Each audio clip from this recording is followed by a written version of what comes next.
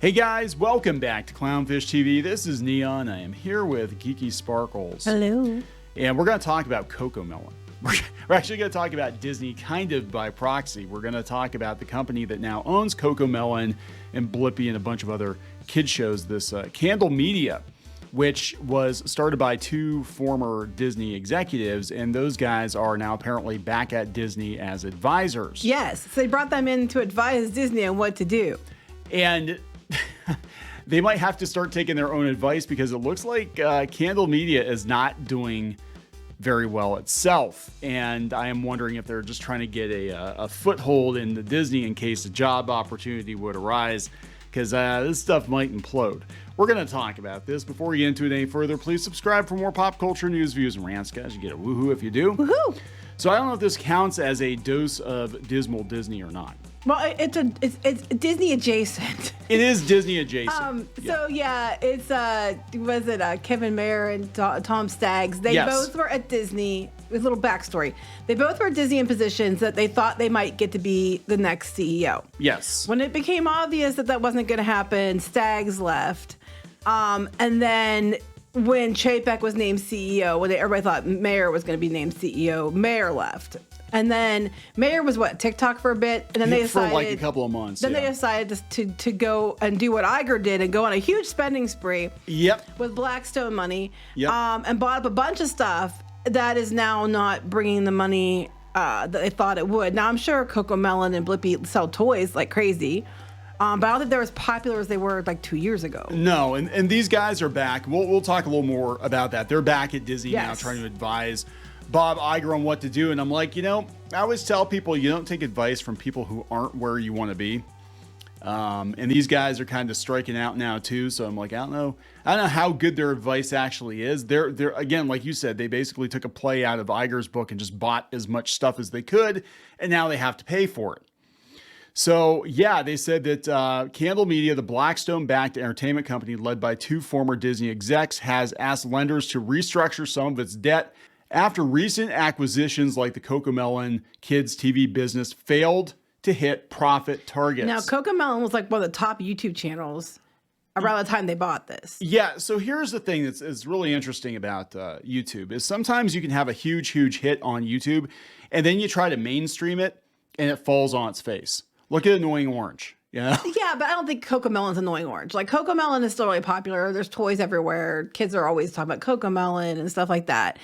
I think it had some definite power behind it, and it still does, I'm sure. It's just that I think kids are moving on to other things. Like, the thing about kids shows are they last a few years and then people move on. Yeah, for the most part, unless it's on network TV and it's something that they just, basically the parents plop the kids down in front of the television, whatever's on, they watch. And in this case, yeah, you've got a generation of kids that watched Cocomelon, but they're probably growing out of it now. Same with like Ryan's World and all this other stuff. They kind of outgrow it. But they might have actually had unrealistic profit targets too. They might have been like, oh, this thing's going to make tons and tons and tons of money. We're going to have a theme park, and we're going to have this, and we're going to have that. And they're probably like, nah, it's just a YouTube thing that you got lucky with. The company is seeking to reduce its cash interest payments, according to people familiar with the matter. Candle's waiting for lenders to respond to the proposal. They talk about how it's led by Kevin Mayer and Tom Staggs, the two men once in line to lead Disney. Exactly what I said. Yep. Candle has more than $1 billion in debt from $4 billion in acquisitions, including Moonbug, which is the producer of Cocomelon, and Reese Witherspoon's Hello Sunshine production company. I never understood the Hello Sunshine thing because I never understood that. I didn't think it was ever worth the amount they paid for that. I never got that one. No. So they bring this up. They basically, and this is going to tie into kind of what I talked about yesterday with all of the venture capital running out. Okay. They bought all this stuff with Blackstone's help. With Blackstone's help, Mayer and Staggs went on a buying spree in 2021 and 2022 to build an independent studio that would sell programming to the biggest streaming services and TV networks. Which isn't a bad idea, honestly. It's not, but they said major media companies began pulling back on spending last year. Right. And then the strikes didn't help. The strikes, they talked about that. And they said, as a result, 2023 earnings at Candle are expected to fall about 50% shy of forecast. Yeah, that's a lot. Hello Sunshine is off by 90%. Not surprised at all by that. I never thought it was a good buy. I never understood why they paid that and bought it. Moonbug is off 30%. I do think Moonbug actually has potential to bounce back. Hello Sunshine, I think, is just a waste of space. But Moonbug, I think, does. Yeah, so I do remember some of the numbers. I know Cocomelon, I think they paid, it was close to $3 billion for it. Now, you got to remember, that was like started by a couple. I think they were in their 50s when they started it. And it was kind of like their kids' YouTube channel kind of, done its thing. And they started this, the Cocomelon videos. Well, there you go. We still have some time. We still have can time. Start the next Cocomelon. We're not 50s yet. So, we'll plan for a while before Bubbly we hit there. Steve. And then we'll make the next Cocomelon. Bubbly Steve, the alt-right clownfish. We're not all right. No. Oh my God, they're indoctrinating the children. Groomers. Oh my God. They're training them to be little soldiers. No, I don't know. It was kind of funny because, yeah, that's what they did, and it blew up. And they sold for $3 billion. So, like, if you want to talk about, like, the biggest YouTubers, I'm pretty sure their $3 billion is more than Mr. Beast's whatever he makes every year. Yeah, he's making like 150 million. It was huge. It was Toy a massive sales deal. alone were probably ridiculous, and they're still selling. Like, you're good for the rest of your life. Your family's good for the rest of their lives. Like, everybody's good unless you get really stupid and you go buy like a social media platform or something and burn the money. You're probably good for the rest of your life. But Hello Sunshine, they paid $900 million. I think it was $900 million because I remember thinking to myself, like, that is a ridiculous amount of money. And it was basically just Reese Witherspoon's blog and her production company, which made a couple of independent movies. Yeah, they way overpaid for it. It was stupid. I never understood it at all. 90%. I'm not surprised. That doesn't surprise me. Moonbug only being down 30. That doesn't surprise me either. I would have thought it'd been less given the fact that a lot of the content would have been produced. It's not the same as like Hollywood having to produce stuff. You know what I mean? They produce stuff like Hollywood, but you know what I mean? It's like, it's animated. The voice actors and writers, I guess, could be an issue. But for the most part, I don't think they're going to take as big of a hit. Plus, they have a huge catalog of content. So that doesn't surprise me. I expect it to maybe be a little less. But the Hello Sunshine, I have no shock on that one at all. Well, yeah, because we've seen lots of play, and I talked a little bit about this yesterday with video game websites in particular, where they were using venture capital to buy up these websites and turn them into some big media network, and basically they thought that like this would never end. So what these companies would do is they go gobble up independent sites.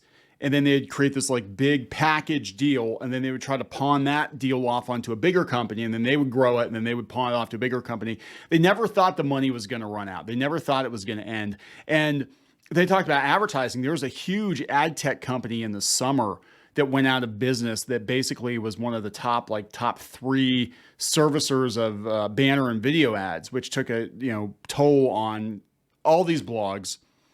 And so, yeah, they're seeing the money dry up, and then they can't like go to their venture capital buddies and get more.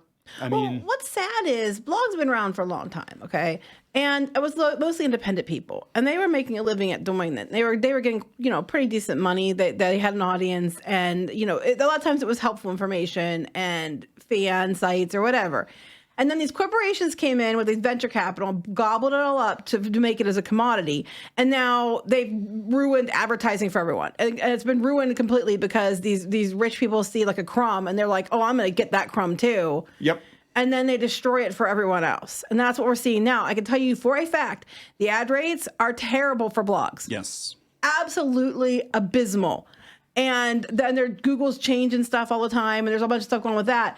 It's not good. So people that are like little people that were doing blogs like, mommy blog or, a fan blog, and they were doing okay. They could do it full time. Now can't. Yep. Because these, big companies came in with venture capital thinking they were going to cash in, destroyed the ecosystem. We saw the same thing with webcomics. Yeah. There was one dumbass that came in first and ruined it, but then Webtoons frankly ruined it more. Yeah, it was really weird. There was one. Can I say their name? Can I say their name? I'm not gonna. There's a lot of buzz. There was one. Not enough work. Yeah, it was one network, and it's kind of like I talk about in the land of the blind, the one-eyed man is king, right? And that's not a derogatory statement about people who are visually impaired. I'm just saying, we had a person that had a little bit, a smidgen, a crumb of business sense come in and wheel and deal with a bunch of webcomics people, individual site owners, and he got them all into a network and then basically shut out anybody that wouldn't be part of that network. And so a lot of things collapsed. Well, there was a lot more than that. There was some weird things being done to, like, there was a Project Wonderful site where you could advertise. There was some weird shenanigans run there. They basically ran. They called us up directly because, like, what is going on? If you were not part of their group, they would go out of their way to destroy you. They tried to us many times. They had meetings dedicated to destroying us. Join us or die. You know, we didn't, because we told them no, and they didn't kill us. But they tried desperately. Well, they being the person that was in charge, and because of that, it killed the ecosystem that was set up. I think for webcomics, independent webcomics, right? And then Webtoons and, like, Tapas was Tapastic came in, and I would say Webtoon more than Tapas. Webtoon had the money, destroyed what was left. Yep. Of the way it was. Now you can do it, but there's less money. Basically, if you're not putting your webcomic on Webtoon, there's like no point. If you want to monetize, you can't really monetize though. It's hard to get. Getting seen, but there's not really much money in it for you. So what they do is they became YouTube. They became the YouTube of comics. Both situations, is they set themselves up as the quote unquote hub, where they are at the top. It's a pyramid scheme where they're at the top of the pyramid and they're taking all the money, and you might get some crumbs, but you're doing all the work and they get all the money. It's like, they were the CEOs, they were the ones, taking the lion's share of the money, and you all lined up to give it to them. And if you didn't, then they would destroy you so that, they still got all the money. And that's kind of what these were when it came to blogs. These companies were going in and then they were buying up everything and using it as commodities and running people out and running the advertising rates up. And then when it crashed, they're all failing because they didn't plan ahead. Well, that's why they were buying them. They were basically like, okay, we're going to buy up a bunch of independent websites and then we're going to sell them as a package deal. We're going to have like 20 different video game sites. But then, like, if you want to advertise, you're going to have to advertise with us because there are no more independent sites to advertise with. And we're going to set the rates. And then it all just imploded. And that's kind of what happened here with, I thought it was ridiculous with Hello Sunshine. It's basically just a mommy blog by a celebrity, and she did a couple of movies too. On what planet that was worth $900 million? I never understood that. I mean, hey, look, she cashed the check, right? Like go her. But I never understood why they paid so much. Cocomelon, I understood, I got it. Hello Sunshine never made sense to me, and I always get confused. I'm going to say Hello Fresh, but Fresh. So anyway, they're over at Disney now trying to help Bob Iger. So this is, again, you want to talk about, now we've got another euphemism, the blind leading the blind. It's like these guys Sorry, blind people. I'm very sorry. It's not, I'm not trying to, I'm definitely not trying to make you feel bad or making me feel bad. But no, we've got people that are like, look, they couldn't even handle their own stuff. And the only reason they did what they did is because Blackstone gave them a bunch of money and they thought they could be Bob Iger too. Well, Kevin went over to, TikTok lasted like a couple months. That was it. Yeah. But basically what they did, their go-to was, let's go do what Iger did and buy up a bunch of shit and be like, compete against Disney. And they did. And now they're over there trying to tell Iger how to fix things, but they themselves are burning down. It just, it's like you talk about echo chambers. Yeah. Here you go. This is Echo Chamber Business Edition. So they're like, these guys are going to sit around. These three guys are going to be like, well, first we get a bunch of venture capital and then we piss it away. And then when the investors ask where the money is, we just blame macroeconomic headwinds. And the pandemic. And the active strike. And then we take a big parachute and run. And the Great Depression and World War II. We're going to blame that one too. Maybe Vietnam. We'll move the timeline. Yes, because of Vietnam, you're not getting your money back. Yeah, so these guys are, again, I think Cocomelon was a good acquisition. I don't know, about $3 billion. HelloFresh was a waste, and God knows what else. They bought a whole bunch of stuff. They went on a spending spree. They basically got a really high limit credit card, and they maxed it out. And now they got paid back. They went over maxed, but it sounds like they overspent, and now they're paying overdraft fees and everything else. And please give us a break. 50% missing by 50%. I mean, I can see if you got overzealous and you missed your target by 20% or 10%. 50%. 50%. That's bad. So now these guys have to go moonlight at McDonald's or something to make the money. McDonald's or moonlighting at Disney. Same thing. I don't say basically the same thing anymore. Oh, speaking of which, we're talking about cosmetics or whatever. But yeah, they have to moonlight another job to get the money to, well, they don't have to pay it back personally. But you know what I'm saying? I think what they're doing is they're basically keeping their foot in the door because they know Bob Iger is going to name a successor. And they're probably like, hey, Bob, hey, remember us? Yeah, at one point in time, both of us, you can make us co-CEOs. We can run your company as well as we did Candle Media.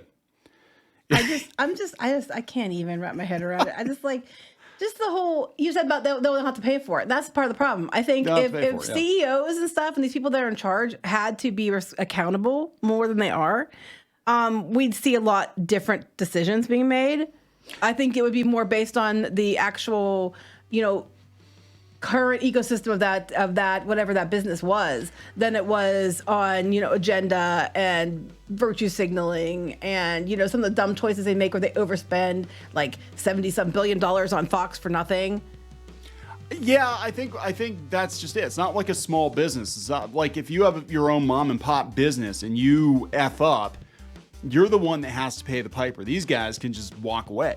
They're just but it's the investors and the employees who lose their jobs. They took all the risk. The investors. And all that. Yep. I think of Toys R Us is a good example of this because other company came in and bought them, ran it into the ground because they were trying to, just make money.